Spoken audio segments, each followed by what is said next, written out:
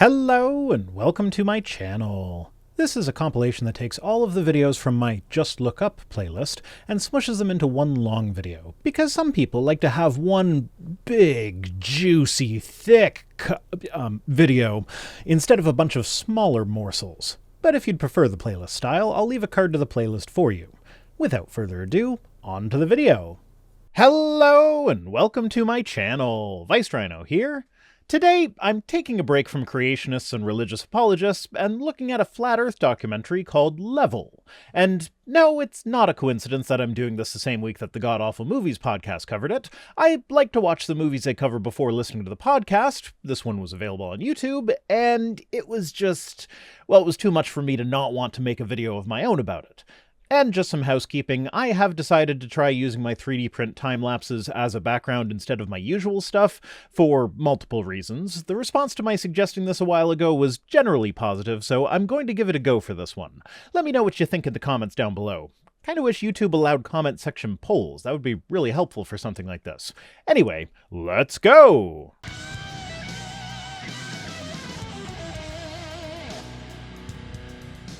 Okay, I'd like to start off by addressing the fact that this video is in glorious 360p resolution. Now, it says here that it's available in HD and uncensored on Vimeo and levelthefilm.com, and apparently it's coming soon to Blu-ray.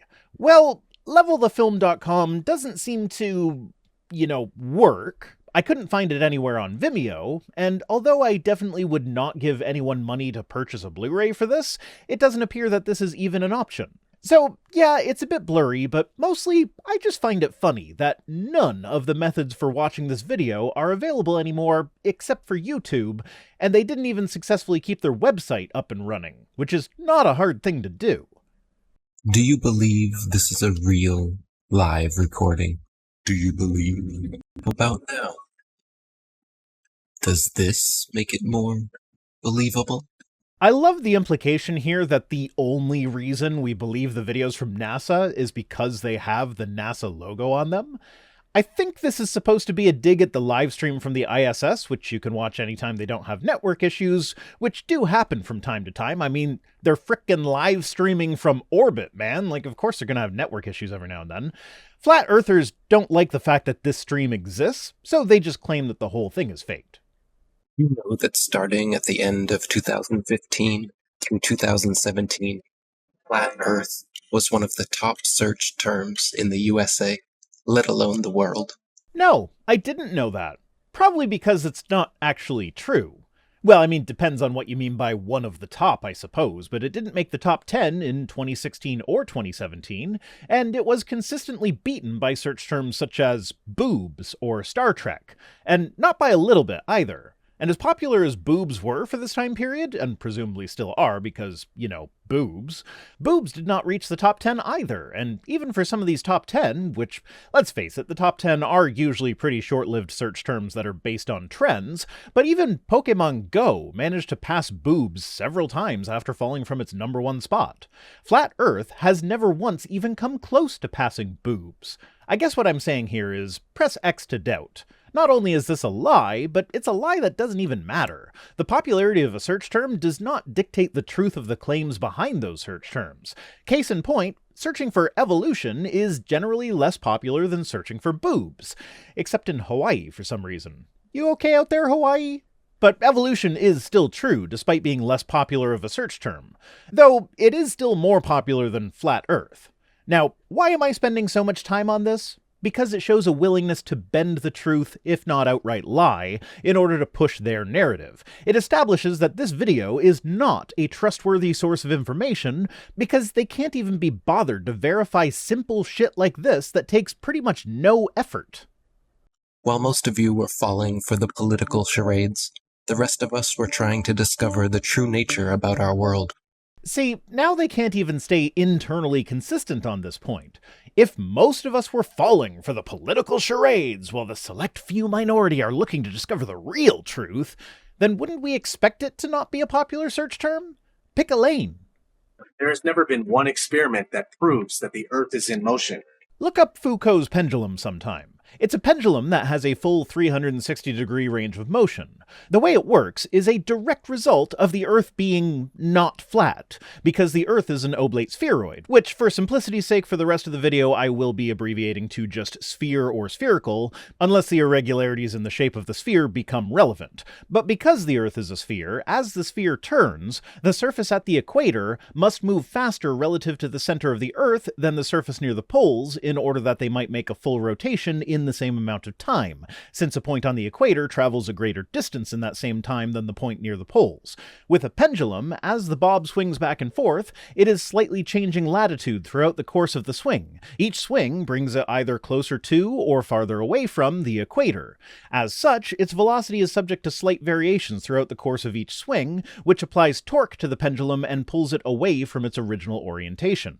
Such pendulums can be found in science museums around the world, and simple versions are relatively easy to construct yourself if you don't trust that the museums don't have motors or whatever that are gradually shifting the swing. Bonus, you can actually use the rate at which the pendulum changes direction to calculate your current latitude using Foucault's sine law. So, in this one relatively simple experiment, we have proof not only that the Earth moves, but that it is a sphere. Flat Earth is literally debunked by hanging a weight on a wire and watching it swing. When you try to find the curvature of the Earth, it's nowhere to be found. This is actually kinda sorta true. As long as we're talking about going up and seeing the curvature of the Earth with still images. But that's not because the Earth is not curved, it's just a matter of how perspective works. When you go up, no matter what altitude you hit, it will essentially still look like a disk. But the thing is, the higher up you go, the farther away the horizon goes, which is a phenomenon that would only happen on a spherical Earth. If it were flat, the horizon would just be the edge of the Earth, assuming no objects were physically obstructing it. This is most easily visible when there's a large flat area, so large bodies of water are where it's easiest to see. The classic example is, of course, watching a ship go over the horizon, disappearing from the bottom up, as would be expected if it was reaching the visible edge of the sphere that it's on. And for the same reason, because it's going over the edge of the sphere, if you were to raise yourself up and increase your altitude, you'd be able to see that ship again. Unless you're looking at footage from GoPro cameras that have fisheye lenses, Hollywood movies, or NASA propaganda. Yeah, the fisheye lens thing is no secret at this point. Of course movies exaggerate things, and I guess the only reason you have to call NASA propaganda is because if we're looking at the NASA pictures, places that we know for a fact exist are never visible at the same time, on account of them being on opposite sides of the globe. So you won't see Korea clearly visible at the same time as Florida, because they are on opposite sides of the globe. But we can verify that both Florida and Korea exist, so they must be accounted for on the map somehow. But here's the thing. If the Earth were really flat and NASA were trying to just hide that fact for some reason, why would they not just design a bigger globe with nothing but ocean on one half of it, leaving the flat Earth map pretty much intact on one side of the globe? That way, they wouldn't need to pull weird flight plan shenanigans like flat earthers accuse them of, which I don't think this video goes into, but to briefly summarize, they claim that you can't get a direct flight from South America to Australia, because to do that flight on a flat Earth map would take a lot longer than it would on a globe map, like a lot longer, and so they hide that fact by flying in an Australia-ish direction, but stopping in either Europe or Africa along the way. This is, of course, not true, though such flights are rare because that flight path takes you much farther away from land and safe landing spots in emergency situations than flight paths that stop in places like Florida or South Africa. But these flights do exist, and even if they didn't, this would still mean that every commercial airline pilot would have to be in on the conspiracy. In 2019, there were a total of 333,000 active airline pilots, so that's not including retirees or trainees, and somehow not one of these people has ever decided to come forward with the truth that the Earth really is flat? Why do you think that is? And actually, that's a good question in general. What even is the goal of pretending that the Earth was a globe when it's actually flat? What do these people gain from that deception? And while we're at it, where's my portion of whatever payout pilots are supposed to be getting to keep quiet?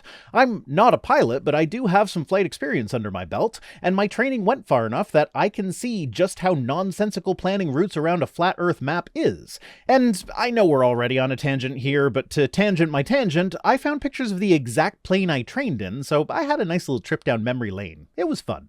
You're living in a world where there's fake people faking events on TV in order to move agendas forward. What agenda, though? What exactly is the end goal of people claiming the Earth is round?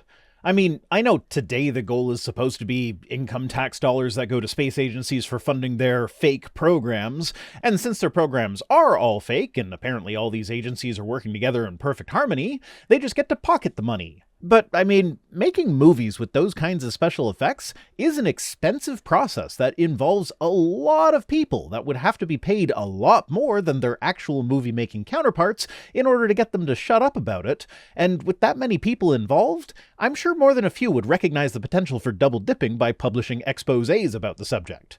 But all of this ignores the origin of the idea that the Earth is a sphere. The earliest records we have for anyone teaching the spherical Earth are from Plato in the 3rd century BCE, 2,300 years ago.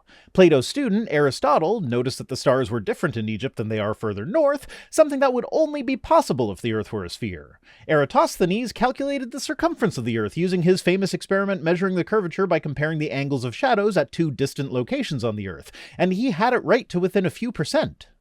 So the shape of the Earth has been known for thousands of years now, well before the idea of using tax dollars to fund space exploration would have been a feasible way to get some easy cash. So what was their motivation?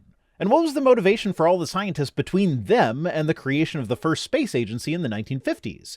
Sometimes the reasoning cited will be anti-religious reasoning, as if the shape of the Earth gives us an excuse to sin or whatever, but Christian scholars throughout the Middle Ages often mentioned a spherical Earth, along with references to scripture to back up this view, so despite a common view that Columbus proved that the Earth was round with his voyage across the Atlantic, nobody doubted that the Earth was a sphere at that point.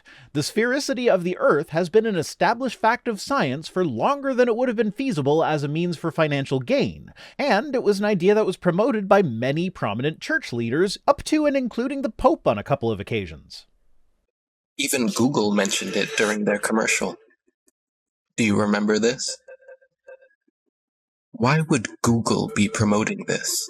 Was Google promoting Flat Earth? Or is that just a commercial for Google Earth and they were showing how it could be used in a web-based application, a use case that would involve viewing it on a monitor? You know, a device with a flat surface? As a joke? As a joke? No. We know why. Yes, of course, when in doubt about someone's motivation for doing something, just assume you know the reason and that it's the worst possible one. That always works out. They were panicking. Oh, it's cute that you think they were panicking. I guess we're back to the idea that the flat Earth was a popular idea that just about everyone was searching for now? Make up your mind. Panicking because the platform they purchased 10 years ago was collapsing with truth. The powers that be would not allow that.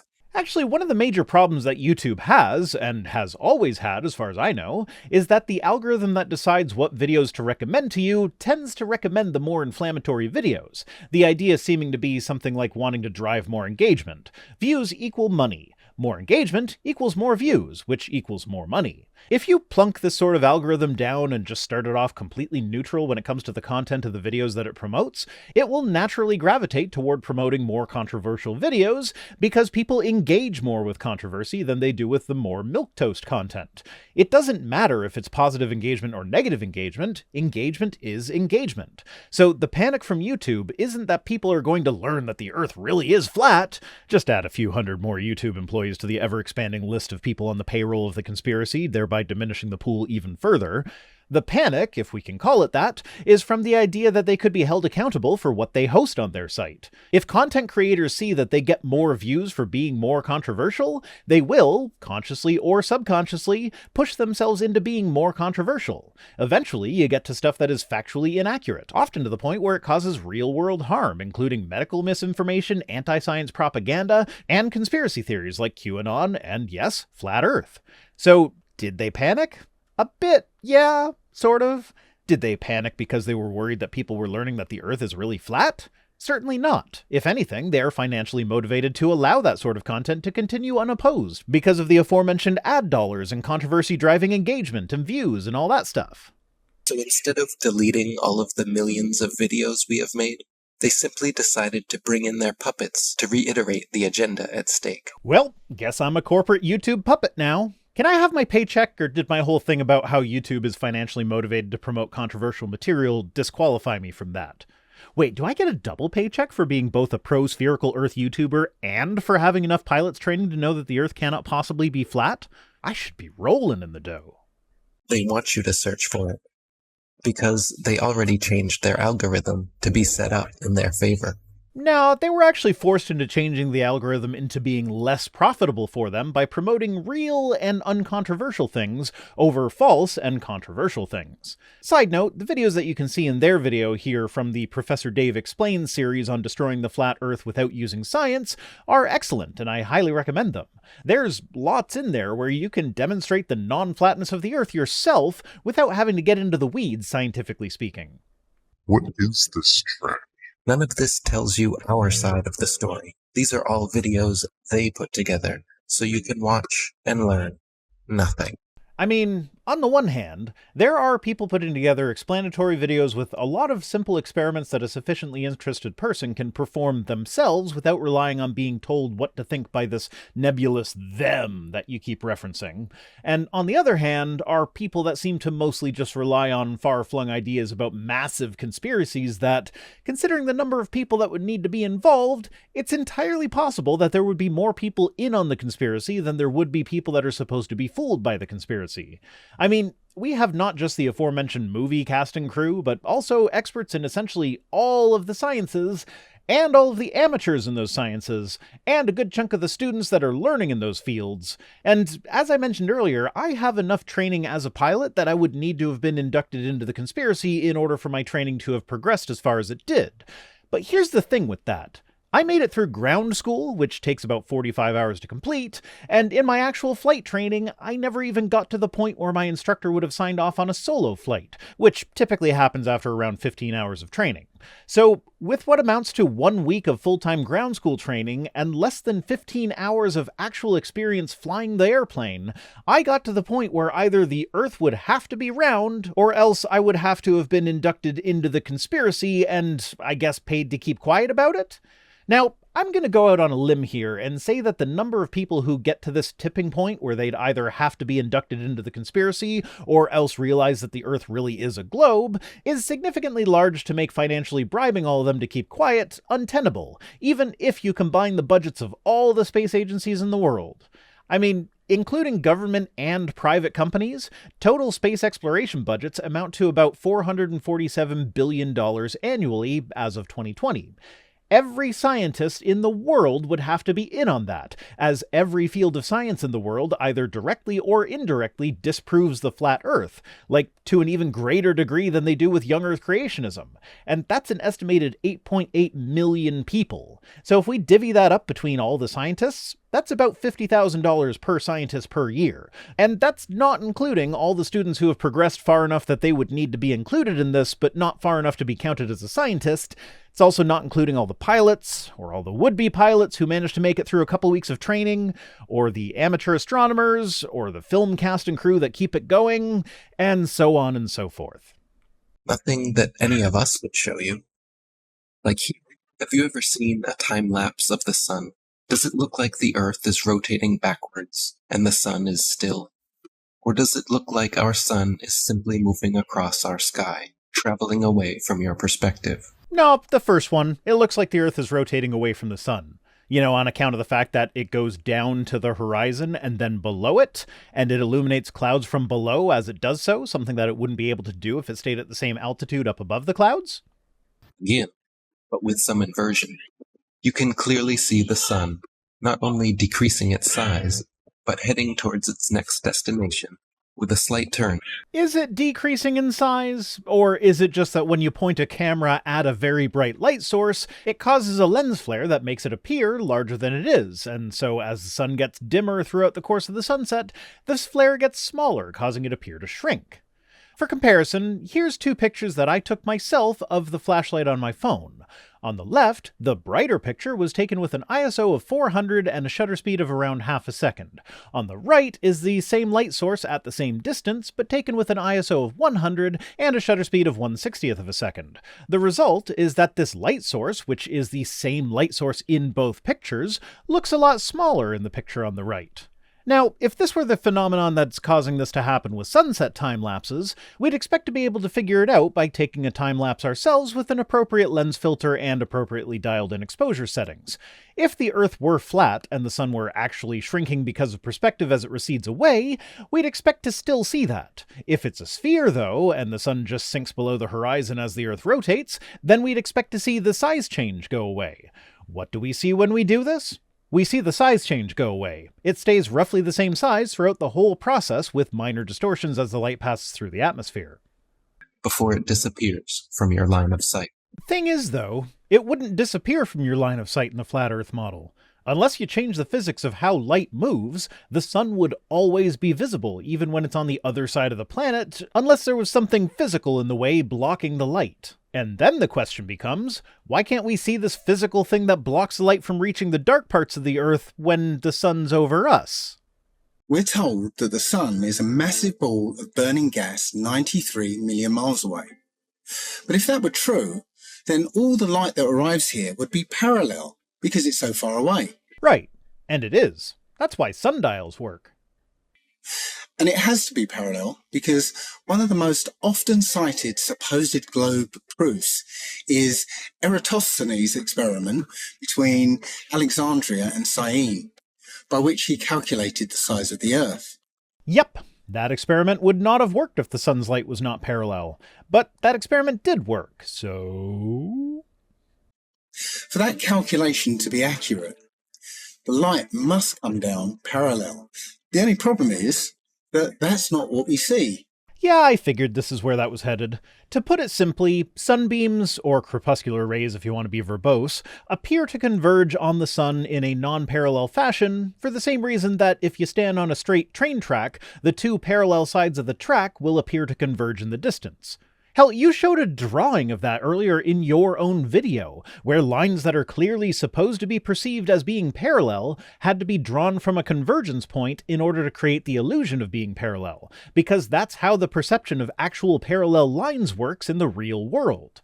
To say that sunbeams are not actually parallel because they don't look parallel is to also say that train tracks are not parallel because they don't look parallel, and trains must just keep flipping their wheels around in the same manner as Tarzan sliding down tree branches in the Disney rendition.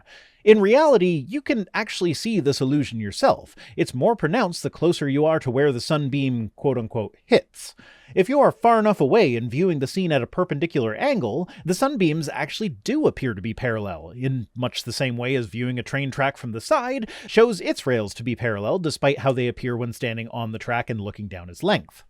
The reason you'd even think the sun would be visible from anywhere on Earth is because of the images they have shown you. Ah yes, the infamous they again.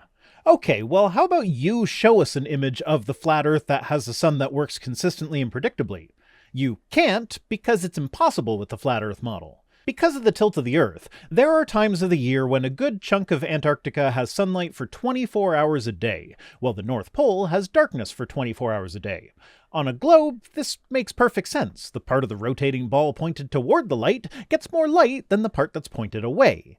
But on the flat Earth, you'd have to somehow have a day-night pattern that looks something like this map that I threw together here, where the light just bends around North America, Asia, Australia, and Eastern Europe to leave them in darkness, while it somehow illuminates the Antarctic ice wall, or whatever you say it is that's on the other side of them. Flat Earthers will often use the general inaccessibility of Antarctica to claim conspiracy, even though you can book trips there yourself right now. They're not cheap, but at $10,000 per person, they're not completely unattainable either. But even ignoring this, there are places in South America that, in a flat Earth model, should be illuminated at the same time as places in Alaska, but aren't. And these are real places where people live, places you can go to check for yourself if you really wanted to. But what really takes the cake here is that you are claiming that we only think the sun would be visible from anywhere on Earth in a flat Earth model because of the images that, quote-unquote, they have shown you. But the problem is, a lot of the images you're showing here are images that are used by flat earthers, because flat earthers have to use such images because they don't have a working model of their own, as any model of a flat earth that would fit observations of reality would require the breaking of several laws of physics in order to work. You can keep believing in your fantasy gas ball 93 million miles away. You can keep believing in your fantasy gas ball. While we keep experimenting to try and figure out what the sun actually is. I mean, the fantasy gas ball model has made testable predictions that thus far have failed to not come true. Things like the timing of solar eclipses and predicting the positions of various heavenly bodies at certain times. And it all works. Meanwhile, you guys aren't experimenting to figure out what it is, you are scrambling to figure out ad hoc explanations for phenomena that work perfectly in a spherical Earth model, but don't fit any conceivable flat Earth model, like solar and lunar eclipses, the motions of the planets, the fact that different stars are visible to people living in opposite hemispheres, gravity, etc., etc., etc.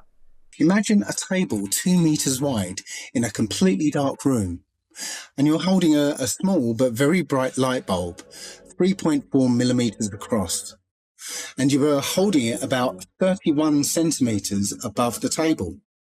What you'd see is a circular pool of light directly on the table, beneath the light bulb.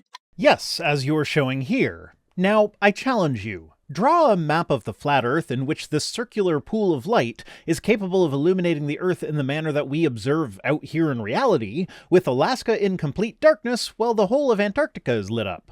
You won't be able to do it because that's not how light works. But on the other side of the table, it would be in darkness. Now, it seems to our mind that if you were on the other side of the table, you would see the light because it's, above the table. But that's not true, because on that part of the table, it's in darkness, meaning that the light isn't physically reaching that part of the tabletop. Okay, this is absolutely amazing, and I'm sorry for those of you listening to the podcast because this is entirely visual, but as he's explaining that the dark parts of the table would not be able to see the light source because it's in darkness, he's showing a video taken in this scenario with the camera in the dark part of the table. And guess what the camera can see perfectly clearly? That's right, it's the light source! You don't have to be in the direct path of illumination of a light source in order to be able to see that light source, as is demonstrated by this example that completely contradicts what this guy is saying. Bravo, sir, well done. So what about the moon? We all witness the moon only illuminating the local clouds around it. That is because it is also a local light. Is the whole of flat Earth just a big, I don't understand how optical illusions or effects work, therefore the Earth is flat kind of thing? Like, no, it's not only illuminating the clouds directly in front of it, it's that when looking at the moon through clouds, the ones in between you and the moon are the ones you are most likely to see, because they're the ones where the light beams coming from the moon have the straightest shot from your eyeball to the moon, whereas any clouds not directly in between you and the moon would have to be refracting the light in just the right way in order to hit your eye. If you hang a semi-transparent curtain in your house somewhere and shine a work light at the curtain, guess which part of the curtain would appear to be the brightest to you when you're looking through it? That would be the part that is directly in between you and the light, and this spot will move around as you move, because the whole curtain is indeed illuminated, but most of the light that gets through it is the light that is passing straight through it, so you see the light best that is in a direct path back to the light. All this to say that the moon does in fact illuminate all of the clouds, but we notice the effect more when looking directly at the moon through clouds directly in between us and the moon rather than off to the side. Take a commercial flight at night sometime when there's a full moon. You'll see what I mean then. And, well, normally I would hope that this would go without saying, I fear that it doesn't for flat earthers.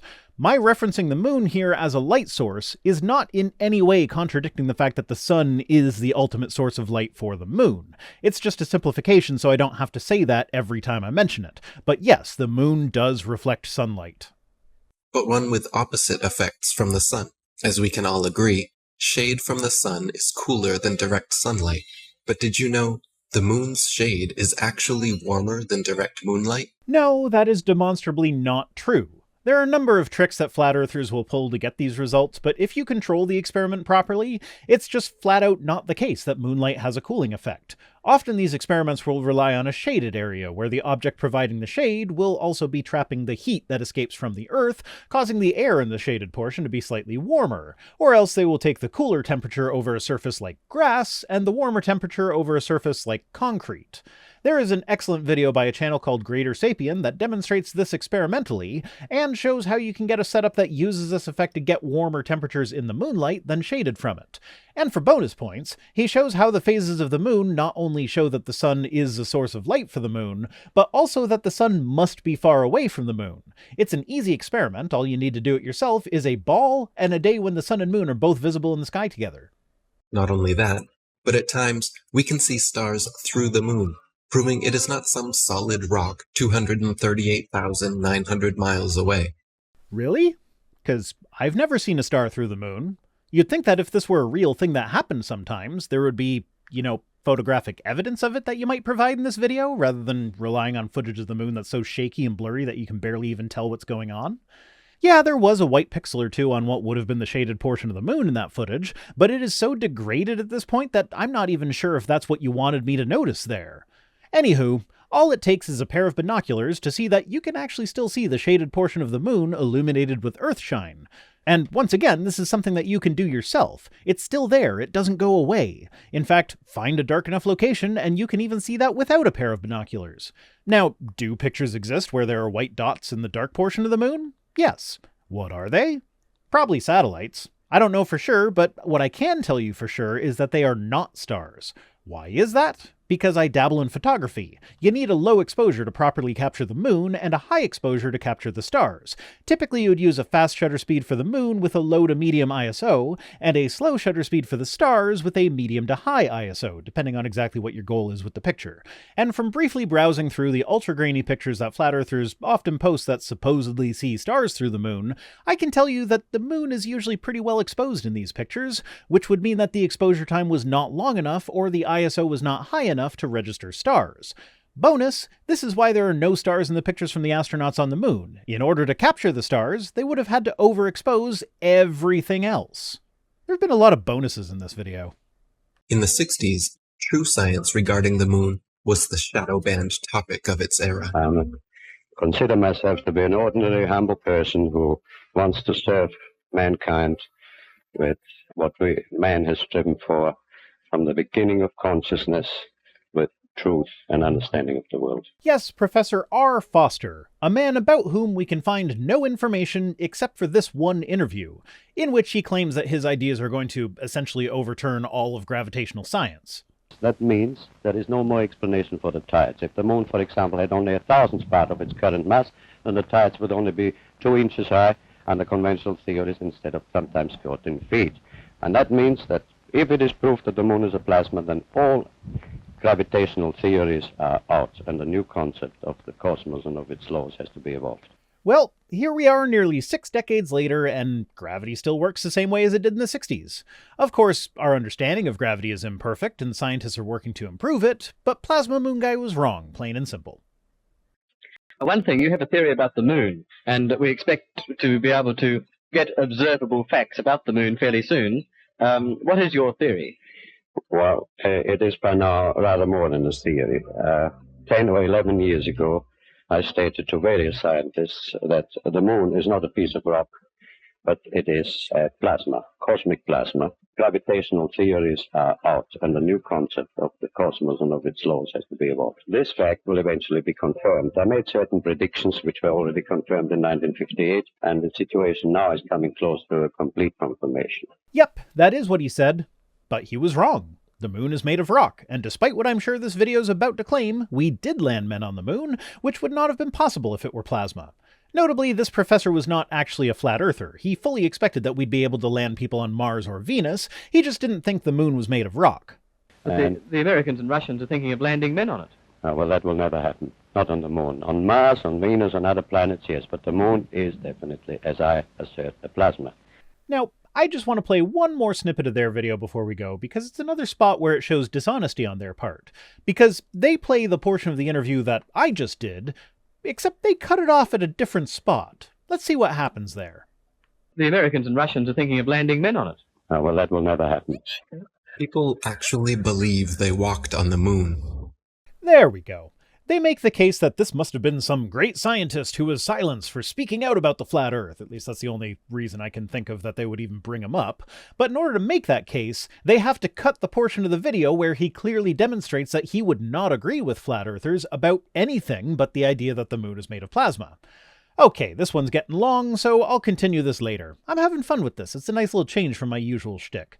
Today's comment of the day comes to us from Paul, who says, "The only reason you think humans came from Africa is that monkeys and black people are from there and that they must be related. Racist much?" Well, Paul, the only way that could actually be racist would be for me to not think that other humans were related to black people, which they are. All humans are related, and all humans are related to monkeys, and the degree by which we are related to monkeys is the same no matter which people group you look at. No group of people is more closely related to monkeys than any other group of people. The reason we think people originated in Africa is because that's where all of the archaeological evidence points to as being the origin place for modern humans. There's a reason there are no early hominid fossils in the Americas. Thanks for watching. Special thanks as always to my patrons, iOS Tilt Bill Gamer, Bryn Pound, Clench Eastwood, Lynn Dobbs, Mark McManus, Mark Ketchum, and all the rest, who are the sunsets that prove the flatness of my channel. If you'd like to recede over the horizon like a flat earth sun wouldn't, you can join us on Patreon for as little as $1 per week over at patreon.com/ViceRhino. See you next time. Hello and welcome to my channel. Vice Rhino here. Today we're continuing on with part 2 of the video Level, which I started a couple weeks ago. Last time, we learned that... What did we learn? Well, we learned that the most rudimentary of modern science renders the flat Earth impossible, to the point where every scientist ever, as well as the majority of scientists in training, would have to be in on the conspiracy.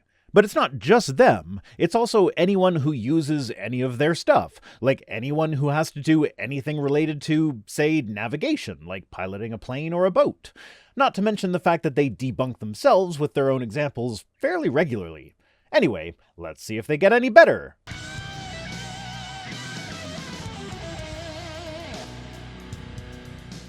If you really believe that Neil Armstrong took the first step, then why do you give any credit to the cameraman already there waiting? Wait, is that a real argument that people use against the authenticity of the moon landings? Like, do people really not understand that there was a camera mounted on the exterior of the lander pointed at the ladder? If the science of having an unattended camera mounted somewhere is too much for you guys to grasp, then I don't really have high hopes for the rest of the video. These guys were all US military men coerced into acting. They wanted the money and power that came with the deal, of course. The problem was, they were terrible actors. Yeah, I have no doubt that they were terrible actors. You'd think that if they were faking it and just hiring actors, they would have, hired actors instead of paying military guys extra to become actors. It's easier to get an actor to act like they're in the military than it is to get someone who is career military learning how to act. Also, this is a bit nitpicky, but Neil Armstrong was one of 2 civilian astronauts who went to the moon as part of the Apollo program, with the other one being geologist Harrison Schmitt. In fairness, Armstrong was former Navy, but during his tenure with NASA, he was technically a civilian. So, no, they were not all military men. Just mostly. They couldn't even pretend to be excited, knowing they were lying to the world. I mean, not if you take footage from an hour-and-a-half relatively boring press conference that happened 3 weeks after they landed, and was basically the first thing they did when they came out of isolation. So 3 weeks of being in isolation, followed by a long press conference when they probably just wanted to go see their families. Yeah, they look kind of bored and unimpressed with it. These guys were test pilots. They're adrenaline junkies that are used to being in exciting near-death scenarios on a regular basis. Well, except maybe for Neil. He's a bit of an odd one out. Well, he was still a test pilot, but he wasn't quite the adrenaline junkie that the rest of them were.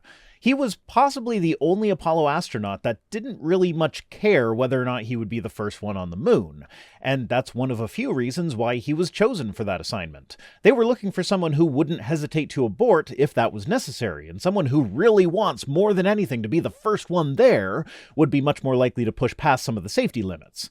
And his assignment to that mission was completely out of the proper rotation. It wasn't his turn for a mission. That caused more than a bit of a stir among the astronauts. But yeah, Neil was pretty much always quiet and reserved and did not like being in the spotlight at all. All that considered, though, how about we look at the footage from the day they landed instead of the press conference 3 weeks later? There are plenty of smiles and excitement and even just plain old goofing off. And of course, let's not forget that the media was different back then. Tape for recording was expensive, as was the camera equipment, so there would only be a couple of cameras there, and the distribution of the footage would have to wait until after it could be copied, which could take several hours. News outlets, always wanting to be as early as possible with the story, relied on reporters in the room handwriting quotes from the astronauts in order to publish, and so when learning how to talk to the press, the astronauts were trained to speak slowly and clearly so that the reporters could get the quotes they need. But that does make for boring television when watching it later. But the show had to go on. Michael Collins and Neil Armstrong rarely spoke in public about it. Well, I haven't read Michael Collins' biography, but I know from Neil's that he hated the public appearance aspect of the job. He would have much preferred to go back to flying. Unfortunately, that was essentially off the table for him at that point. He ended up working a desk job in aeronautical engineering, though he did maintain his pilot license into his old age. Fun fact, he was actually the first person to suggest a digital fly-by-wire system for airplanes. That is, instead of having the pilot physically connected with cables to the various external steering surfaces of the plane, it could be a digital connection. This had already been done for Apollo, but for some reason nobody thought to adapt the technology to aviation until Armstrong suggested it, quipping that, "I went to the moon and back on one." But yeah, the astronauts were chosen to be a mix of adrenaline junkie and serious in their work. I wonder why someone who is specifically chosen to be able to take things seriously would be serious about the things they were supposed to take seriously.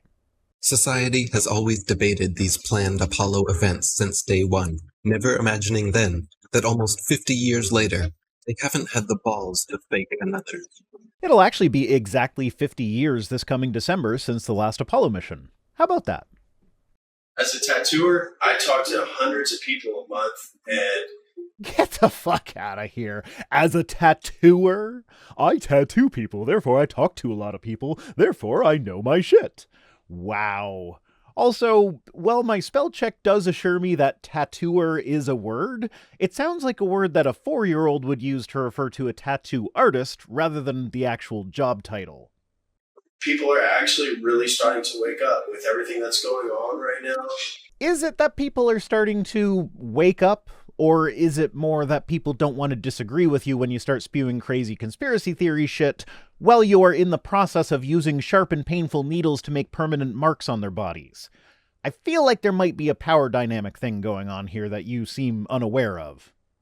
People are sick of the lies. This is the biggest deception ever. And here I thought the biggest deception ever was when the devil convinced us that he doesn't exist. The globe, the spinning ball globe, is the biggest deception. If NASA was legit, literally all they would have to do is one thing. Take one of their satellites, zoom in on someone in Australia, upside down, driving a car. My God, the tattooer figured it out. An upside-down picture would be all it would take. Perspective doesn't exist. Pictures and videos can't be flipped upside down digitally. I feel like some field work here is necessary. Hang on, I'm gonna go fly to Australia for a sec.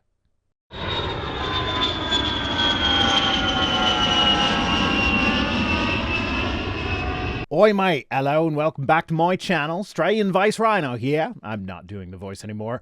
Why is the blood rushing to my head? Is it because gravity works the way flat earthers think it does? No. No, it does not. Or in the ocean, swimming upside down. That's all they would have to do. Just zoom in. You know you can zoom in and see shit like that on Google Earth, right? Like, it's literally already been done. But it's not upside down because that would be stupid. Down is a relative term. When we say down, we are referring to the direction that gravity is pulling us, which is toward the center of the Earth. So if you go to the other side of the Earth, down is still toward the center. But they won't do it. They'll never do it. Because that's not how up and down work. I think it's hilarious that NASA will straight up tell you to destroy the technology to go to the moon. I'd go to the moon in a nanosecond. The problem is we don't have the technology to do that anymore. We used to, but we destroyed that technology, and it's a painful process to build it back again. But they destroyed the technology and they can't go back. Yeah, we did destroy that technology, but not like nefarious backroom wahahaha type of destroyed. More like these rockets were all single use and the impact would destroy them. From the Apollo missions, the only piece of the ship that was recoverable was the command module, and it wouldn't be safe to reuse. And what he means when he says that we don't have the technology to go to the moon today is that these massive rockets just aren't in production anymore. Neither are all the outdated tech that was used to control them. So rather than invest a shit ton of money into rebuilding old technology, which we certainly could do if we really wanted to, we need to develop new technology. And since spaceflight is so dangerous, it's not exactly a fast process. So when he says that the technology was destroyed, he doesn't mean that we no longer know how to get to the moon. It's that the actual physical technology that was in use in the 1970s is, at this point, so obsolete that it is functionally impossible to replicate. And why would we when we can do it better with newer technology? It just needs to be properly tested first. Anyone who is into classic game consoles or old PCs will be able to tell you just how hard it can be to find parts that will work with obsolete technology. It's ridiculous. There's an interview with Buzz Aldrin, actually, where he's being interviewed by a little girl. Her question was, why has nobody been to the moon in such a long time? That's not an 8-year-old's question. That's my question. I want to know what I think I know. Because we didn't go there, and that's the way it happened. After 50 years. And that's where they cut him off, but in a shock to nobody, that's not where the sentence ends. Let's hear the rest. That's not an 8-year-old's question. That's my question. I want to know what I think I know. Because we didn't go there, and that's the way it happened. And if it didn't happen, it's nice to know why it didn't happen. So in the future, if we want to keep doing something, we need to know why something stopped in the past that we wanted to keep it going. Clearly, he's trying to simplify a complex problem into something that an 8-year-old can understand, and the "we didn't go there" line was talking about going to the moon after Apollo. After 50 years of lying to humanity and perpetrating this giant fraud, he's sick of lying, and his conscience, he had a moment of humility, and his conscience wouldn't let him lie to this little 8-year-old girl. What about your conscience? When you guys have to deceptively edit his interview in order to make it look like he's saying something that he's not, does that bother you at all? This silly globe model with water magically attached to it, spinning at 1,000 miles an hour, shooting around the sun at 66,000 miles an hour, and rocketing through the universe at 500,000 miles an hour is just the goofiest, silly thing that I've ever heard in my life. You do realize that the Earth and the solar system are not rocketing through the universe, right? There's no engine pushing us, it's a mixture of the conservation of momentum and gravity. Though there is certainly one flat Earth model that has us being constantly pushed through the cosmos, constantly accelerating at 9.8 meters per second squared, despite the ludicrous speeds that would have us going at by now. Ludicrous speed! Go! They want you to think you're a monkey man, a purposeless accident created by nothing. As a professor of science, I assure you that we did in fact evolve from filthy monkey men. That exploded from a big bang that was created not by scientists, by a priest, mind you. Well, that one's new for me. I know there's overlap between young Earth creationists and flat earthers on the Venn diagram, but usually creationists don't bring up the fact that Lemaitre was a priest. But, I mean, you're trying to say that he wasn't a scientist. Well, you currently have displayed in your own video a little summary of his qualifications, where it lists him as a priest, a mathematician, an astronomer, and a professor of physics. So it sounds like in addition to being a priest, he did have some sciencey credentials. Specifically, he had a PhD in mathematics, and given the mathematical nature of the majority of his work, I'd say that tracks pretty well. While they steal $58 million a day in taxpayers' money to show you cartoons. That sounds like a lot, but remember, they have to be splitting this with potentially more people than are supposed to be fooled by the conspiracy. Now, I'm not going to run the numbers again, I did that in the last one, but just looking at how many scientists would have to be in on the conspiracy, even if we give them the entire world's budget for all the space programs in the world, private and public, that amounts to about $50,000 per scientist per year. That's a comfortable income depending on where you live, but that's not keep quiet about such a large conspiracy amounts of money. It shocks me how many people actually believe they're floating above our heads. Did you know that if you are in doubt about the accuracy of the claim that the International Space Station exists and is in orbit, you can actually look up its current and projected location? You can then get your hands on a decent pair of binoculars or a telescope, point them at the right spot in the sky, and just look at it for yourself. There are actually amateur astrophotographers that have made a hobby out of taking transit photos of the ISS. They'll get images of the ISS as it transits across the sun and the moon, and they are quite impressive. Point is, you don't need to take anyone's word that the ISS exists. You can just go and look at it with your own two eyes. Google bubbles in space. You can literally see bubbles coming up from these astronauts' helmets. It's ridiculous. When I saw it, I was like, this is a joke. I don't know, the clips you're showing don't look anything like scuba bubbles, and remember, the only reason that scuba equipment gives off bubbles is because there's no point in holding onto your exhaled air, so it just lets it out.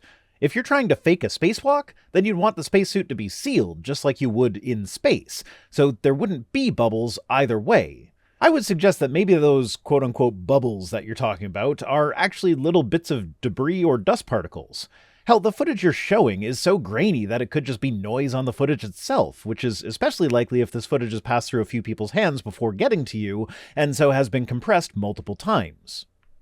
So many times during spacewalks outside the International Space Station, you can see air bubbles rising up.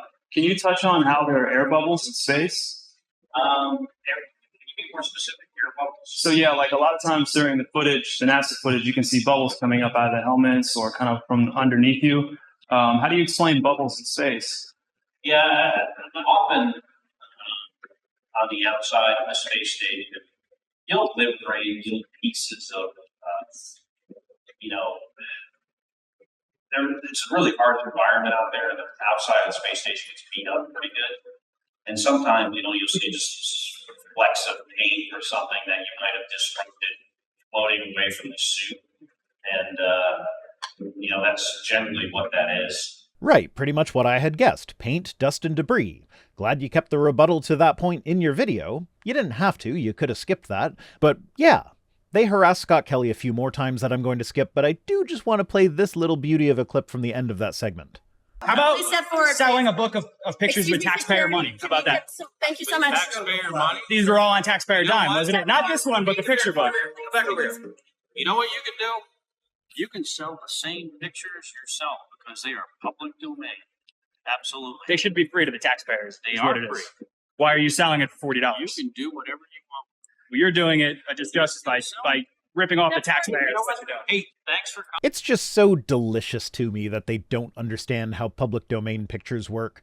Like, yeah, if you want to buy a photo book of NASA pictures signed by Scott Kelly, he can sell that. If you don't want to buy that photo book, but you want those photos, you can collect them yourself and put them in a photo book. And you can even sell that photo book yourself, with your signature on it if you think anyone would actually pay for that.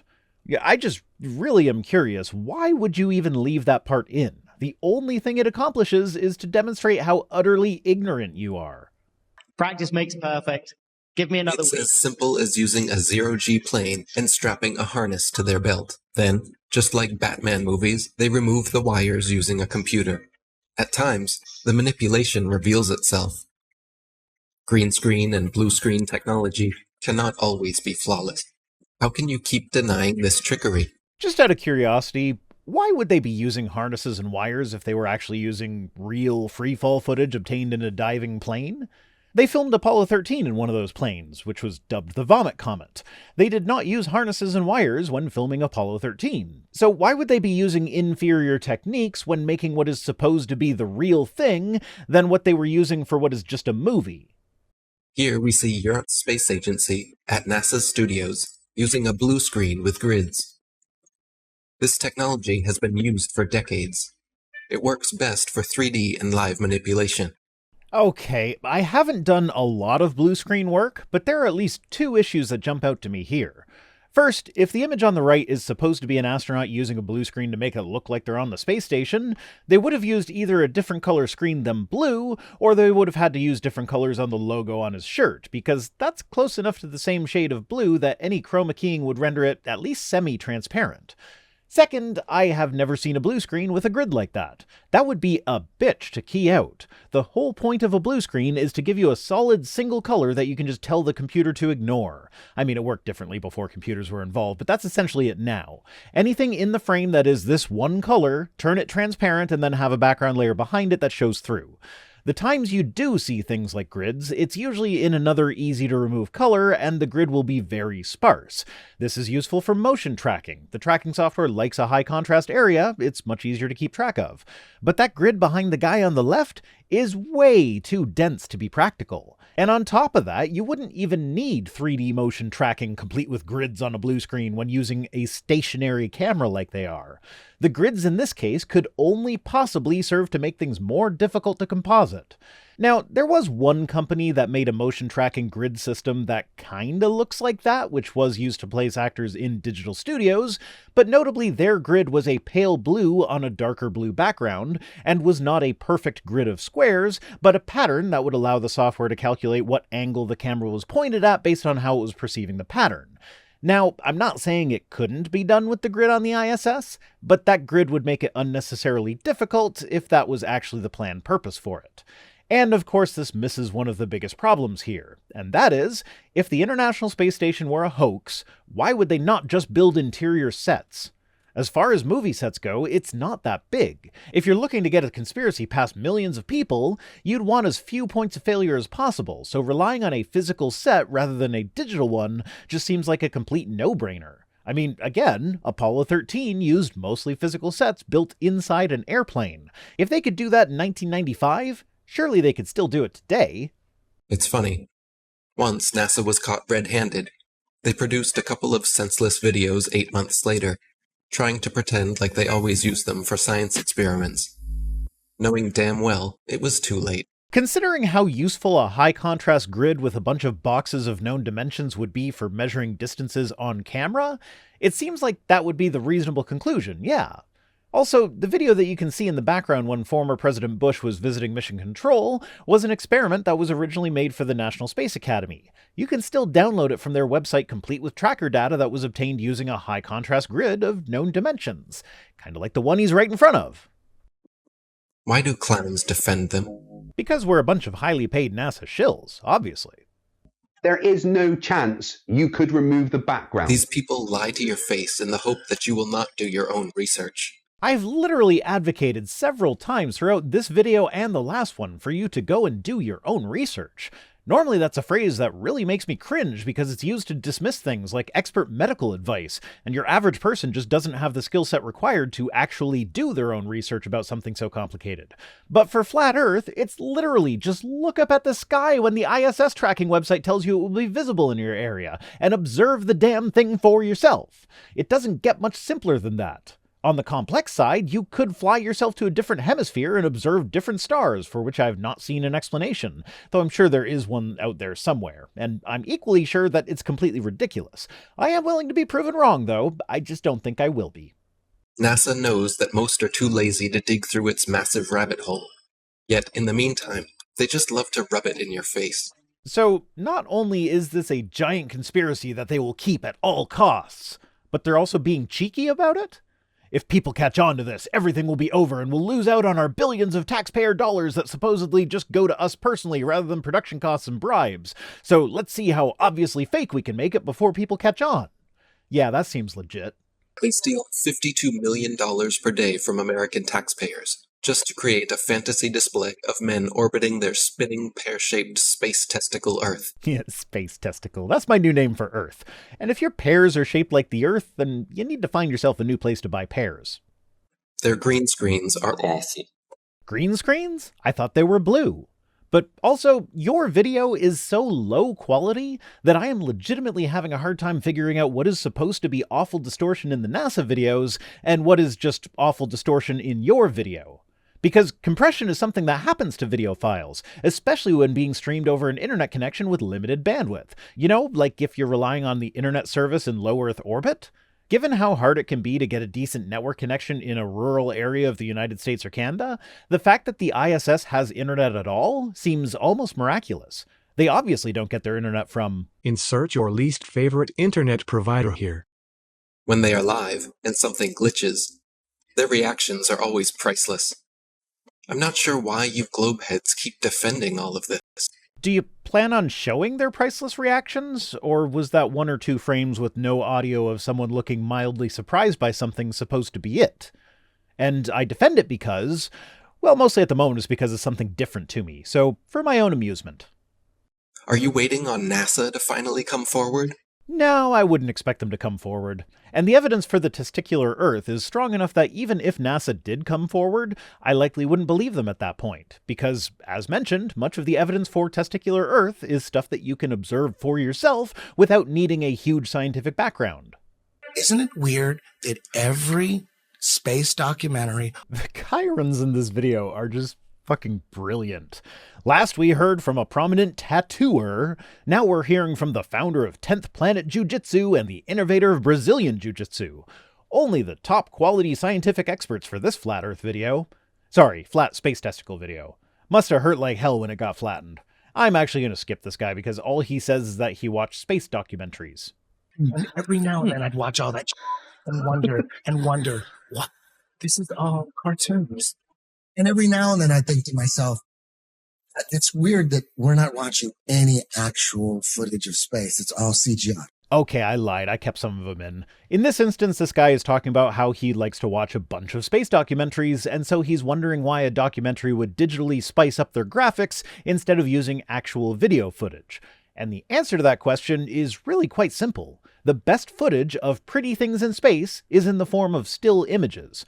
While these still images are gorgeous and fascinating, they aren't flashy enough to keep a modern audience's attention for very long, so the special effects crew makes 3D renderings of these still images as environments that can be digitally navigated. We have no footage that we can use of flying through the Crab Nebula, simply because we've never flown through the Crab Nebula. So if you want to use it as a background for your documentary on space, it'll be much more interesting to look at a 3D rendering of it rather than a still image. And you can doubt the pictures all you want, but once again, this is something that you can look at for yourself. You can get decent images of the Crab Nebula with amateur-grade equipment, though obviously if you spring for better equipment, you'll get better images. This one was taken through a telescope that'll run you a couple $1,000s, which is more than I'm willing to spend on amateur astronomy, but actually is not all that expensive when you consider just how expensive astronomy equipment can get. Do we have a Hubble? Why don't you point it at the Earth and get some awesome shots of where we live? Hubble can't observe the Earth for a couple reasons. First, the Earth is too bright. The very act of pointing Hubble at the Earth would damage its equipment, because its equipment wasn't designed for those light levels.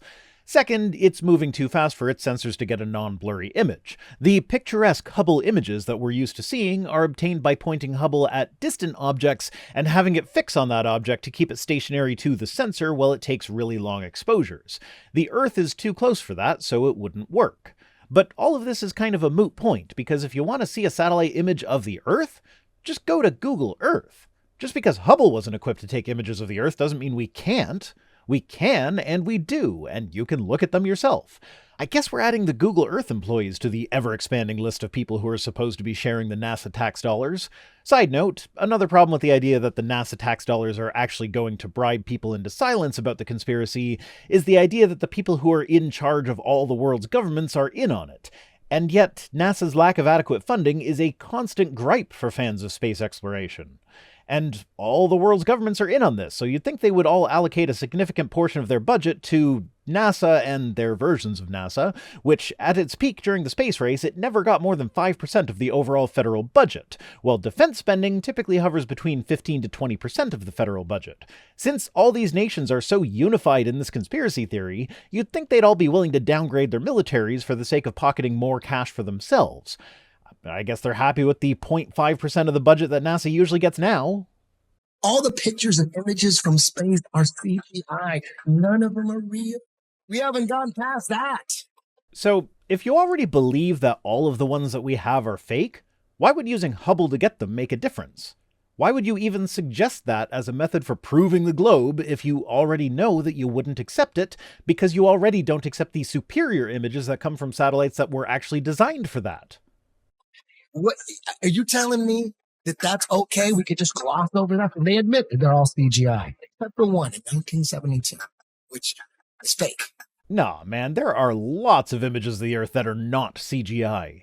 Anything from NASA is not CGI for sure. Now, certainly there are also a bunch of images that have been digitally manipulated or are composite images, like the famous blue marble images that are stitched together from data collected over a period of about 4 months usually, a process that was never a secret to begin with. But often such manipulations are minor, and ultimately, any digital image has to be manipulated in order to turn the data into something that our brains can understand. So I suppose if we define things loosely enough, then every image you ever see on a monitor has been manipulated. But while the modern blue marble images are composites, the original 1972 blue marble image taken by the crew of Apollo 17 can be seen in its original, unedited, uncropped, and unrotated glory. And while certainly one of the more stunning images, it is not the only one that can be seen unedited. They have one picture. They say one is real, 1972. All the rest is CGI.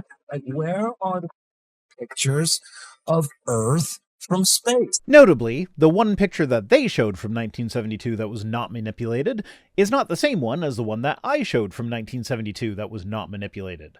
And there are more. Lots more. In fact, here's the first ever image showing the full Earth from space. And here's a Google image search for Apollo images of Earth. Most of these were taken during the Apollo missions. Now, obviously this is a Google image search, so I'm sure there are some in there that don't quite belong, but to the best of my knowledge, none of the Apollo pictures of the Earth have ever been claimed to be composite images, with the only editing amounting to things like cropping, color correction, and rotation. They do sometimes exaggerate, like claiming they used a NASA camera 1.6 million miles away to take this alleged video of the dark side of the moon. It doesn't take a genius to see how undeniably computer-generated this image is. Okay, it's hard to tell from this grainy video, but I think he's going after the greenish artifact on the leading edge of the moon as it moves. Here's that same video but in higher resolution.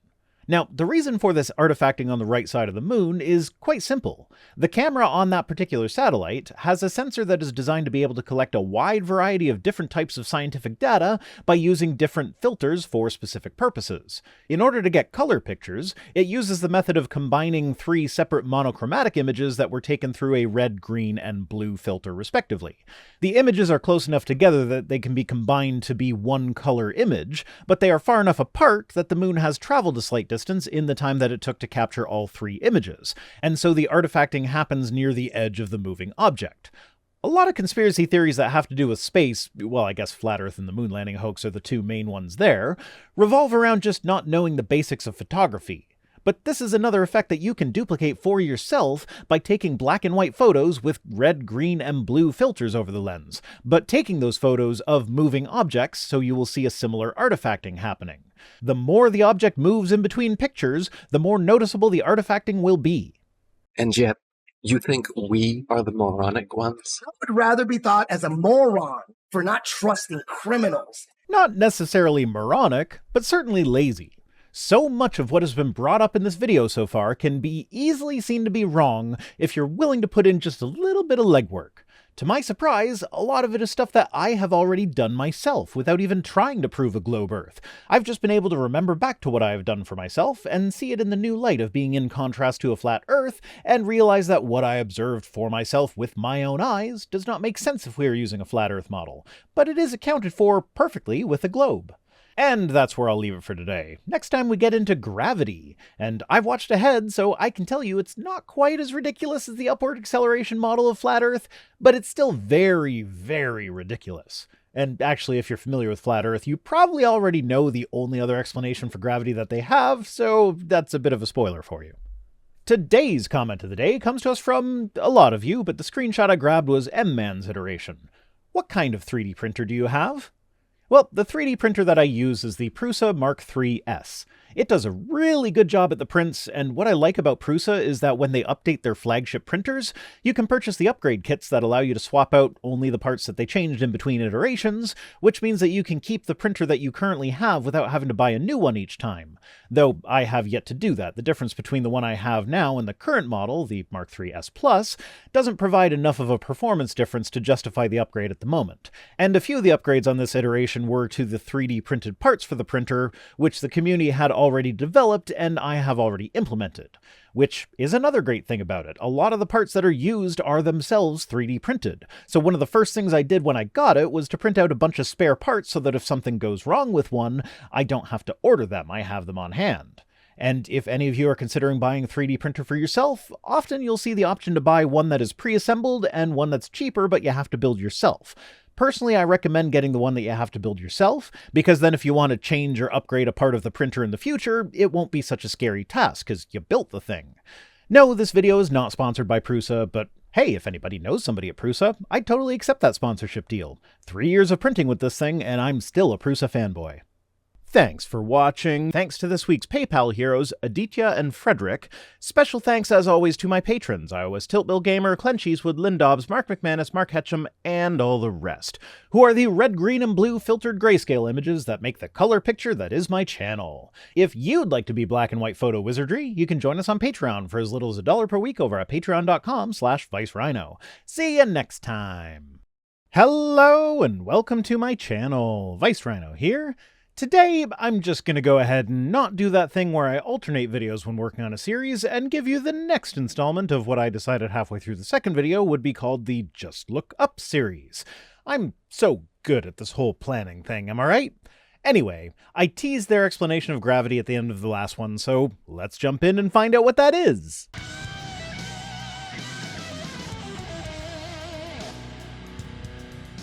Whatever's coming from the government, I need the kind of evidence that would shut down a case. If I don't see the evidence, why would I believe it? What is gravity? You have no idea. Okay, next one.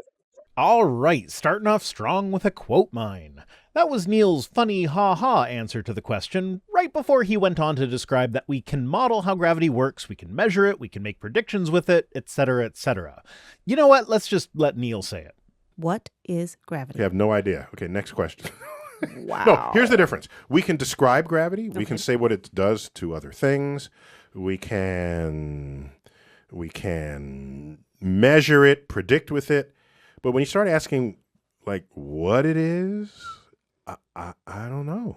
He then went on to describe Einstein's idea of gravity being the curvature of space-time, where matter tells space how to curve, and space tells matter how to move. So, no, we don't know exactly what gravity is per se, or what its ultimate cause is, but we do know that it is a real thing that exists because it behaves in such a predictable manner. So you're telling me gravity is strong enough to hold oceans onto it, battling inertia from the spin? You know that inertia is only a problem during acceleration, right? We're not accelerating. Well, I mean, changing direction is technically a form of acceleration, so rotating around the outside of a sphere would be accelerating, but given the size of the Earth, the direction change happens slowly enough that the force of gravity can indeed overcome the inertia caused by the 15 degrees of rotation per hour. To put that in perspective, a rough way of estimating degrees would be to look at the sky and hold your hand out at arm's length and make the rock-on gesture. The distance between your pinky and your index finger will be roughly 15 degrees. Now, obviously, everyone's hand sizes are a bit different, so this isn't exact, but it's close enough. If there were a star directly above you, it would take 1 hour for it to appear to travel that short distance, because that's how long it takes for the Earth to rotate by that amount. So yes, the speed at which the surface of the Earth is turning relative to a hypothetical stationary object in space does sound really, really fast, about 460 meters per second at the equator, but the Earth is so big that this speed ends up being relatively slow from the perspective of someone on the surface. And yes, I am aware that relativity makes my use of the word stationary here more than a bit dubious, but please bear with my simplification for the sake of this example. So gravity's holding oceans, and inertia's trying to pull it out and make it fling. Skyscrapers would fling off the Earth, but this gravity's holding these. It's so strong, it's holding the Earth, but it can't hold a helium balloon.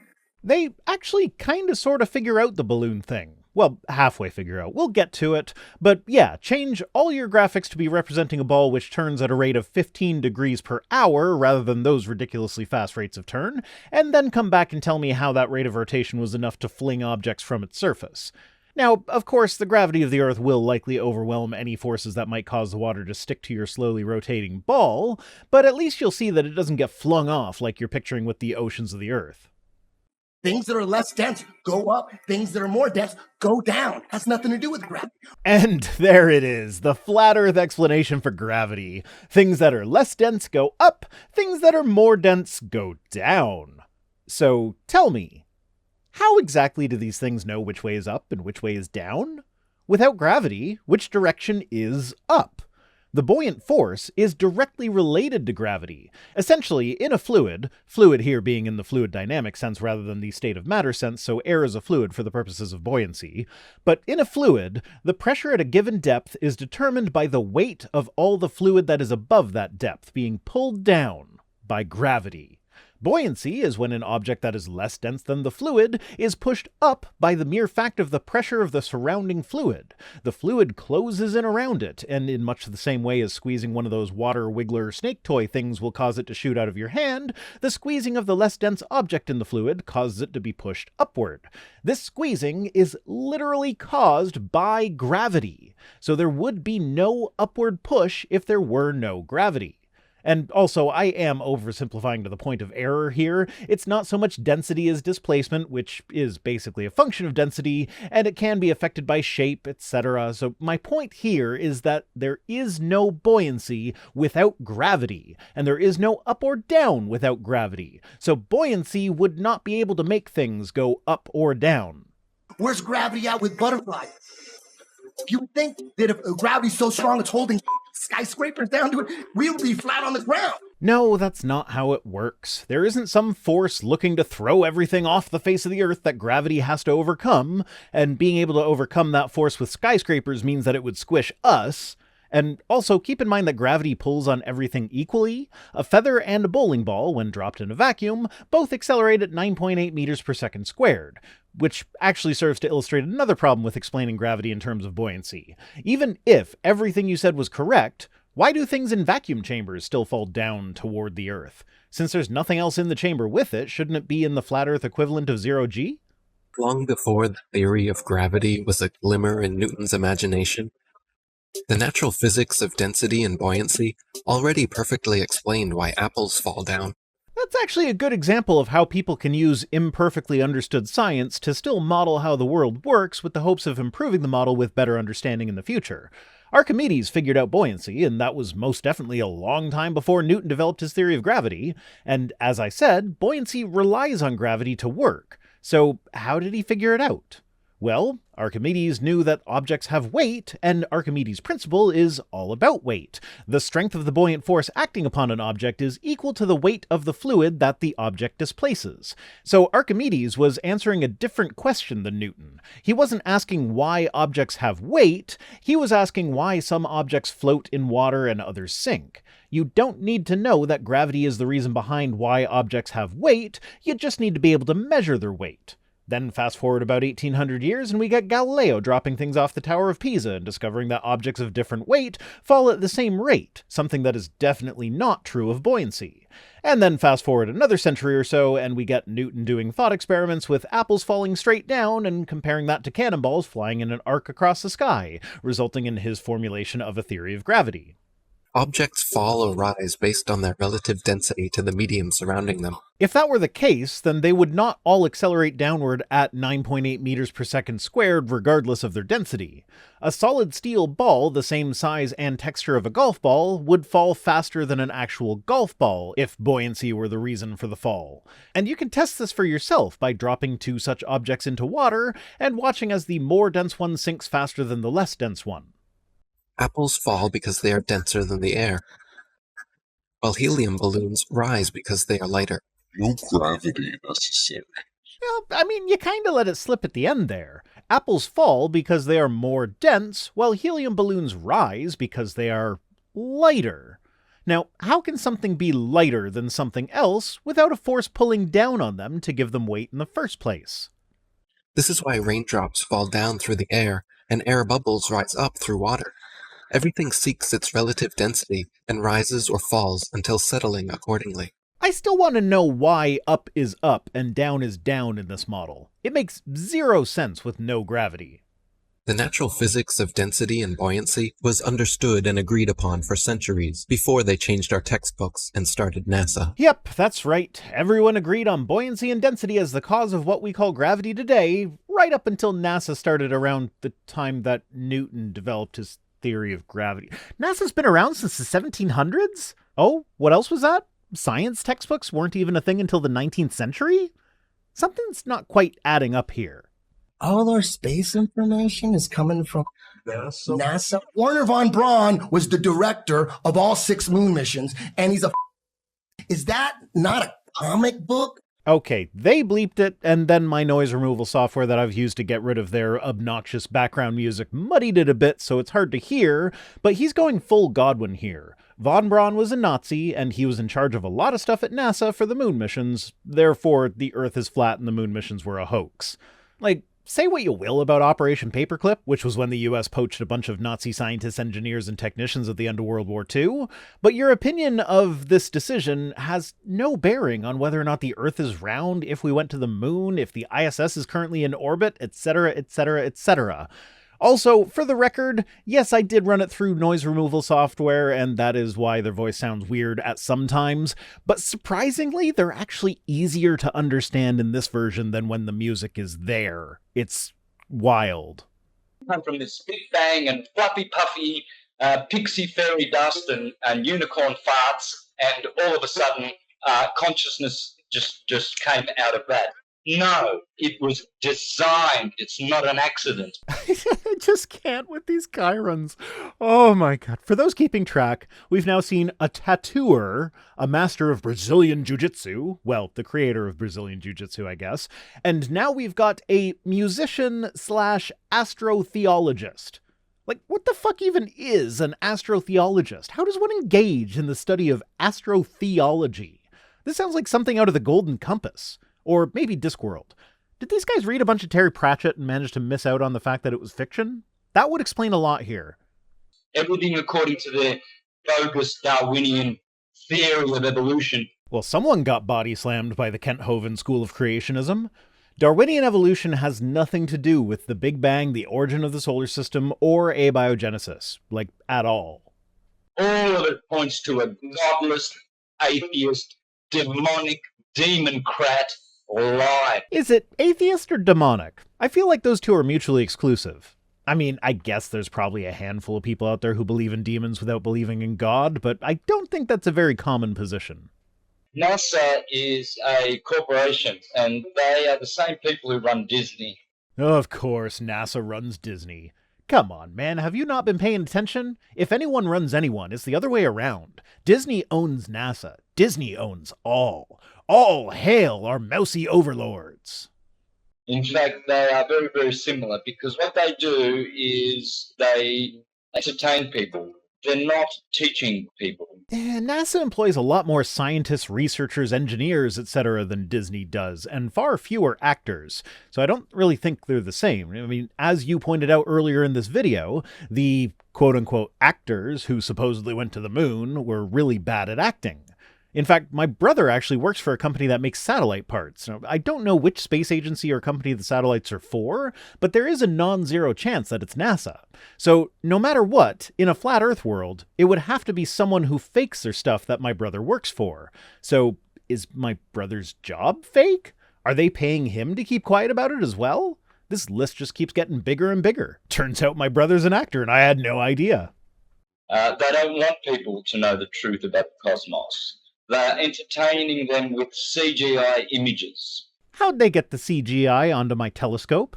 I've seen Saturn for myself with my own eyes. I've seen Jupiter and its moons myself. Venus, Mars, comets, the ISS, though that one wasn't through my telescope because I'm not great at aiming it, so I guess they got my binoculars as well.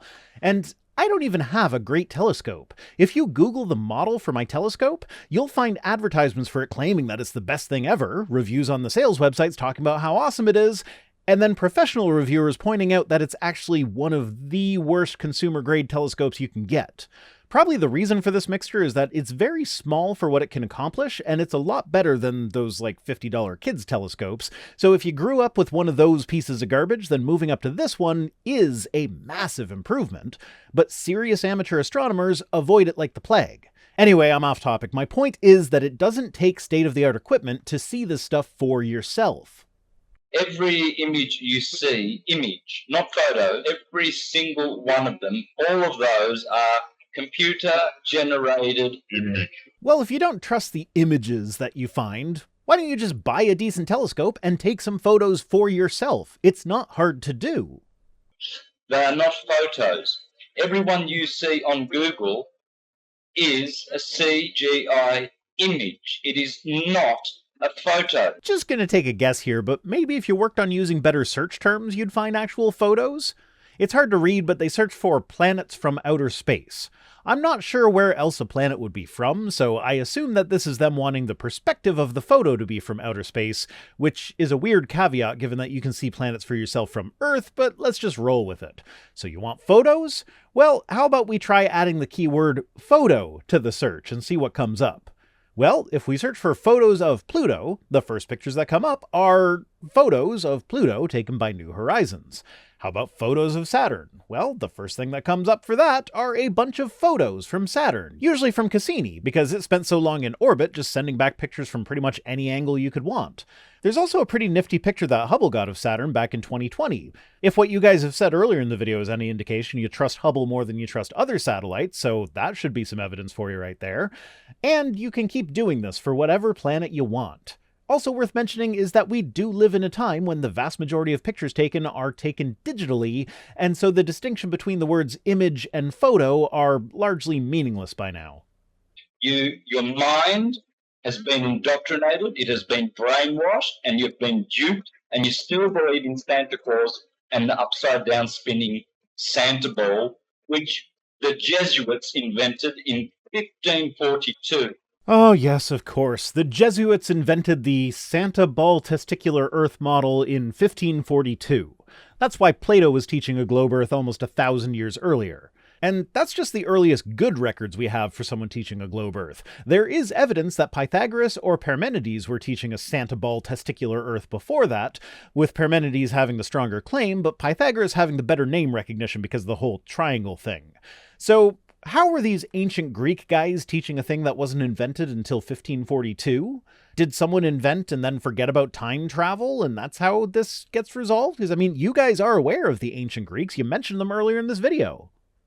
Prior to 1542, every single culture, all our intelligent ancestors will be rolling in their graves knowing that their stupid progeny actually think they live on a spinning globe that people bow down to. Dude, you're spending a lot of time just calling the idea of a round Earth stupid and throwing insults at people who believe that. It doesn't make you look good. Maybe try reason and evidence? Preferably better evidence than what I've seen so far, but I mean, hey, it's hard to bring good evidence to the table when some very basic observations that anyone is capable of are all it takes to debunk your whole thing, so I guess insults are really all you have. Zoom up to Venus, zoom up to Mars, and you'll see they are lights. They are stars. Hence, all the intelligent pre-Copernican astrologers, Ptolemaic astrologers like myself, taught that all the planets are wandering stars. They are luminous bodies. Okay, maybe if you digitally zoom into a video of Mars or Venus taken with insufficient optical magnification, that's what they look like. But seriously, my crappy telescope that I mentioned earlier is less than $300. Surely you can afford that. If you spend some time on an astronomy forum first, you can probably get a recommendation for a much better scope in that same price range. I really don't know what to tell you here, man. Just look at the damn things for yourself. But, like, properly, not by zooming in on a camera phone or whatever you did to get that grainy footage you're showing now. If all the stars, as they say, in every constellation are all at different depths by millions of light years, how come for thousands and thousands and thousands of years of hurtling through the sky, there is no distortion, no difference in luminosity of stars? I assume that when he's talking about distortion here, he's not talking about something like redshift, which is actually caused by the expansion of space in between the stars rather than the movement of the stars themselves, and is instead talking about the constellations changing shape over time. Because the answer to why the stars haven't moved much in the sky over the last few thousand years really is quite simple, and it's right there in the question that you asked. It's because they are really, really far away. Relative to the distances between the stars, the Earth doesn't move very fast, even if it sounds fast to us. And so it would take a really long time from the human perspective for the stars to change position noticeably. But we actually have enough data on the motion of over 2 million stars at this point that the ESA has been able to put together a video of their projected motion in the future. Each frame of the video is approximately equivalent to 750 years. The constellations are all completely unrecognizable in the video just after a handful of frames, roughly 100,000 years. So yeah, the stars do move, and they move very, very fast, but the distances involved are so vast and our lives are so comparatively short that they seem all but stationary to us. We're supposed to be traveling at, get this number in your head, 66,600 mile an hour, 666. Close, but that was actually 66600, not 666. So you're only off by 2 orders of magnitude. But it's also the wrong number. Like, it's not even close. The Earth orbits the Sun at about 67,000 miles per hour, or 107,000 kilometers per hour, so not 66,600. And the whole solar system is orbiting the center of the galaxy at about 448,000 miles per hour, or 720,000 kilometers per hour. And of course, relativity mucks this all up. These measurements have to be taken from a frame of reference of one kind or another. The Earth is moving around the Sun at 107,000 kilometers per hour in the Sun's frame of reference, which would make the Sun stationary. But the Sun is not stationary, and different numbers can be arrived at for the speed of the Sun's orbit around the galaxy depending on what we use as a frame of reference. So I am willing to concede that there might be a frame of reference which ends up with the Sun appearing to move at your 66,600 miles per hour, but it wasn't any of the numbers that I found, so to get that number you'd likely have to resort to some trickery, and given what I've seen of this video so far, I think you're probably too lazy for that, so I'm just going to go ahead and assume that you made it up out of whole cloth until such a time as you show your work or your source. That's why we have a horizon, because it's horizontal. Oh god. No, we don't have a horizon because the horizon is horizontal. We have the word horizontal to describe things in relation to the horizon. A horizon which would not exist in a flat Earth, at least not anywhere near in the same way as we have it today. In a flat Earth, the thing that would limit visibility would be actual physical things getting in the way rather than being separated by a curve. So, on a globe, when you watch a ship sail off into the distance, it eventually disappears from the bottom up as it goes over the curve. If you wait until the ship has just disappeared and then climb a stepladder, you'll be able to see the ship again, because your higher elevation allows you to see farther around the curve. This would not be the case on a flat Earth. You'd be able to see it until something else got in the way. Elevation would have nothing to do with it. That's why we have sea level, because the sea is level. Do you know why the sea is level? Because the Earth is really, really big, so for all intents and purposes, it's basically level. Because water is fluid, gravity pulls it down, it fills the basins, and the equilibrium point is the elevation that we know as sea level. My question is, Why can't we see across the sea? There's nothing in the way. Nothing about light indicates that it wouldn't travel all the way across the sea if there were no obstructions. So why do those bridges disappear into the distance? Why can't we see where they go? It's not curving. You cannot call it sea level. You will call it sea curve. Again, just to reiterate, the Earth is big. So big that large bodies of water appear to be flat. And really, if we want to be pedantic, sea level is referring to elevation, so it should be sea elevation. Level in this case is not referring to flatness, but the height. In the same way that you might, in a hotel lobby, refer to the mezzanine level. It's referring to a specific height above the ground floor, not saying that the mezzanine is level. Though the mezzanine should also be level in that sense of the word, or the building will definitely have some issues. That's why we have tectonic plates and not tectonic bowls. My God, you're right! We named something slightly inaccurately, therefore everything we know about science is completely and utterly wrong. Really, though, the reason we don't call them tectonic balls is because they aren't balls. And really, tectonic balls sounds super painful. You should probably see a doctor if you've got tectonic balls. Or maybe smush them together and see the mountains form. Oh, that's gross. I can't... No. Next topic, don't do that.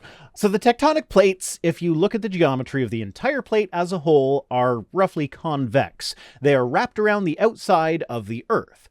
So if we were to think of something fairly commonplace that has that shape, what would that be? Tectonic toques?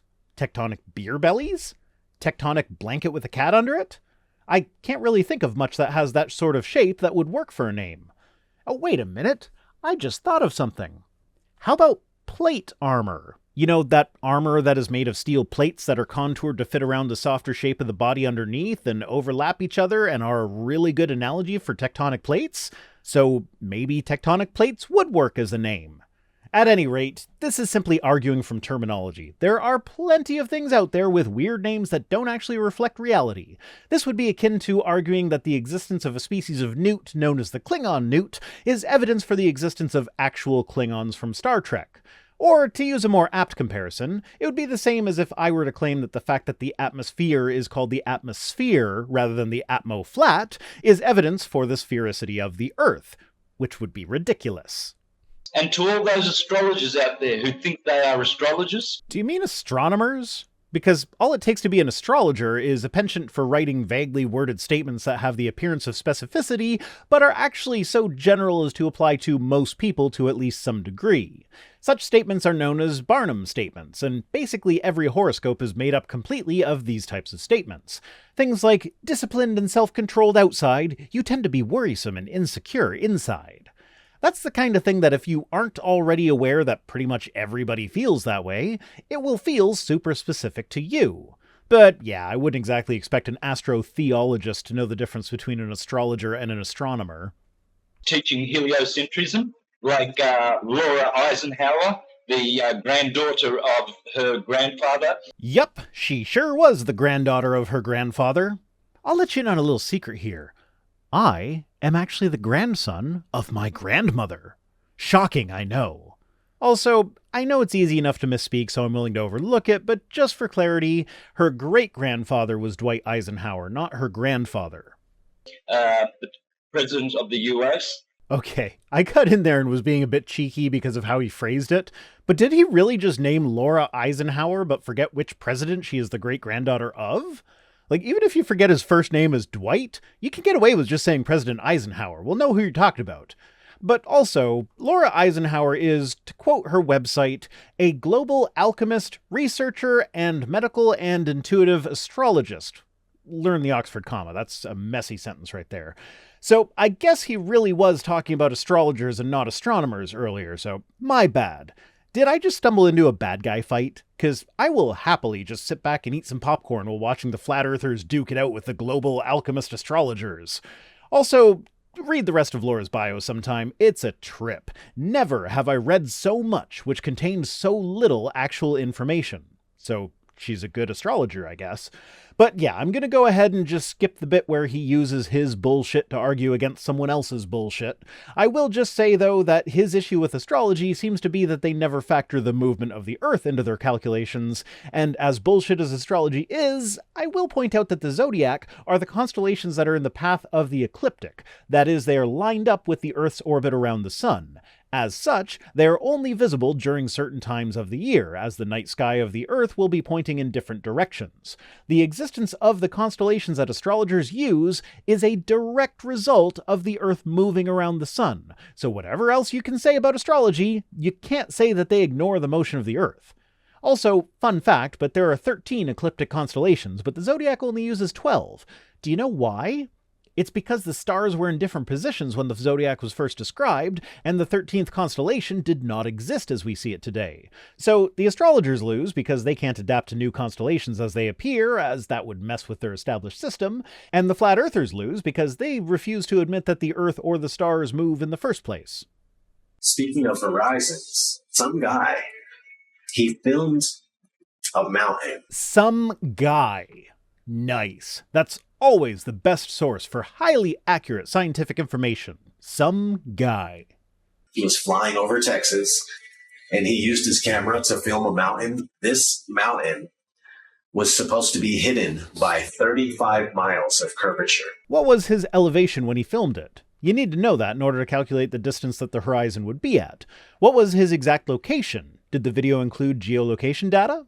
Some guy flying over Texas is not anywhere near specific enough. Where in Texas? Texas is a big-ass state. What were the weather conditions at the time? The mountain you're showing is across a gulf, or rather a gulf, as this video has labeled it, which means that we are seeing it right by water. In the right weather conditions, heat rising off the water can cause light that is heading toward it to curve upward and reflect rather than hitting the water, which then creates a mirage image. One of my favorite examples of this is the boating scene from the Pierce Brosnan remake of the Thomas Crown Affair. The shot of the New York City skyline is a mirage. They were too far out to be able to see it, but the weather conditions were perfect for creating mirages, and so they got a brilliant example captured on film. So not only do we have grainy, low-quality footage taken from who knows where at who knows what elevation by who knows who, but it's right in front of a large body of water which could easily account for what is seen even if it were 35 miles past the horizon, as is being claimed here. As soon as flat earthers found out about P900 cameras that are made by Nikon, where they can zoom in times 80, I think. 83 times optical zoom, to be precise. And what's going on is, like, you can see a boat disappear with your naked eye. And that used to be proof alone. That used to be proof for the curvature of the Earth. But now you can watch the boat disappear with your naked eye.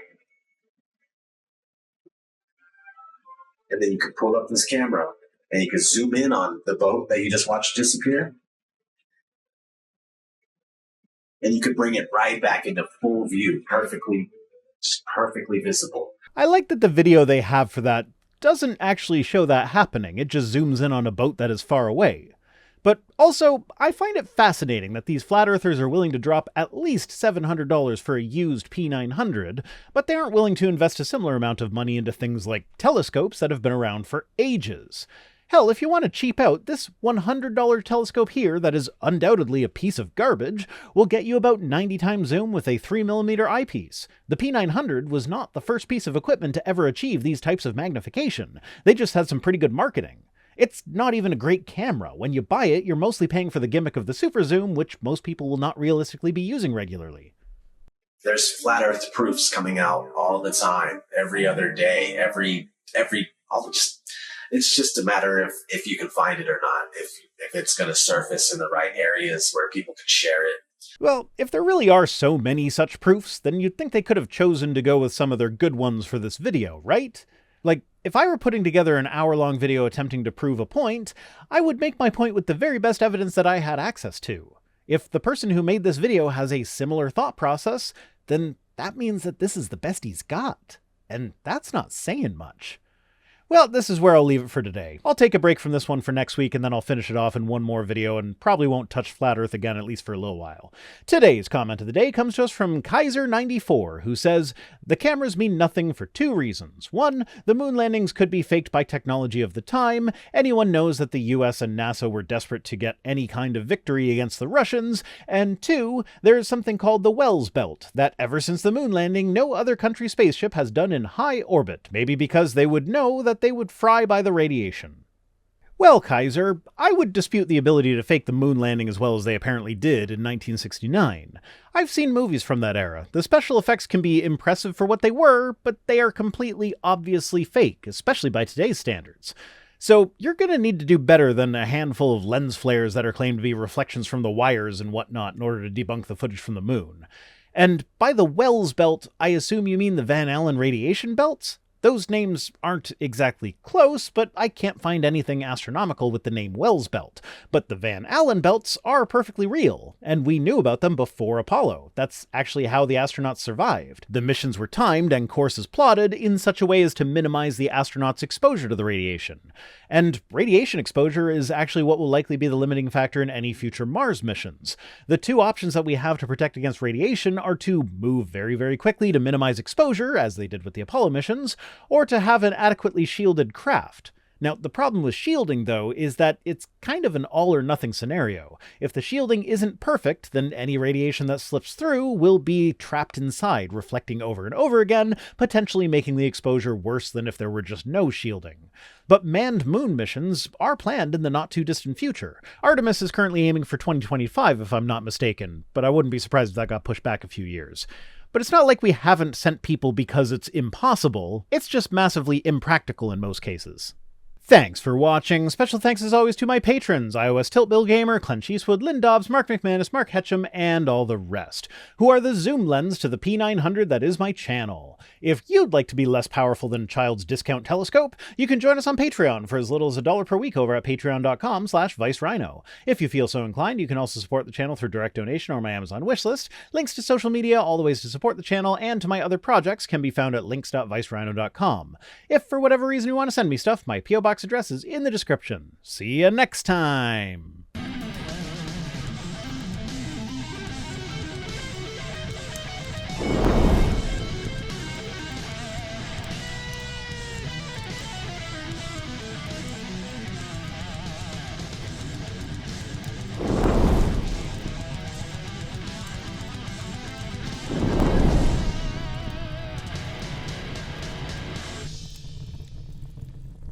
Her great-grandfather was Dwight Eisenhower.